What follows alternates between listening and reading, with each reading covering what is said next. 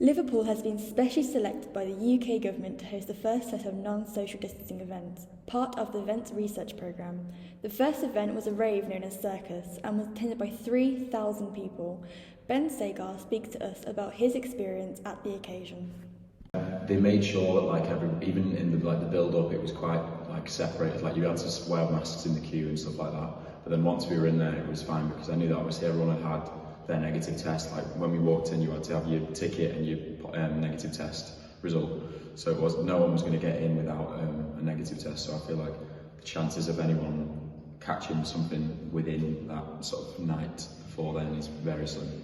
So were you scared about posting on social media about it in terms of getting any backlash from people? Not really, because a simple explanation would be well, it was a government pilot event. If anyone's got an issue with it, it's not my fault for going. You know what I mean? It's the government have set this up, and I'm a part of a pilot event to get things back to normal. Do you know what I mean? Do you think this will have a negative outcome or a positive outcome on the pandemic? I think a positive 100%, because whether they got maybe 3 or 4 more cases, especially young people, the risk of hospitalisation is very low, and I feel like it's definitely a step forward in terms of going back to normal, and I feel like they could do this with other events like football games and theatre shows and things like that. Everyone gets a test beforehand, and then you can sort of move back into normal times. And so what did you say again you had to do in preparation for going? So it was you had to get a negative test the 24 hours period beforehand, and obviously you had your ticket and stuff like that.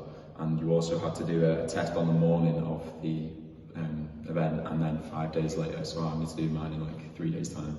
And it's basically for the government to double check records and see if anyone's got anything within that sort of 3-day period. But other than that, it was just ticket, test, and we also had to have a GP in Liverpool as well, because obviously it minimises the risk to other people from other cities if they come. So would you say it was all well organised in terms of keeping it safe? Very well, yeah. Everyone, even all the organisers had masks on, and everything was just no one seemed to feel like they were at risk of anything.